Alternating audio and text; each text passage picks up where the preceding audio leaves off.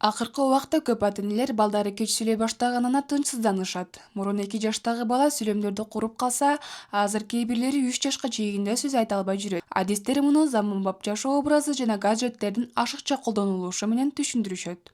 Азыркы убакта балдардын сүйлөөсүн кечигүүсүнүн эң биринчи себептери бул балага ата-энеден толук баарылашуу болбой жатат.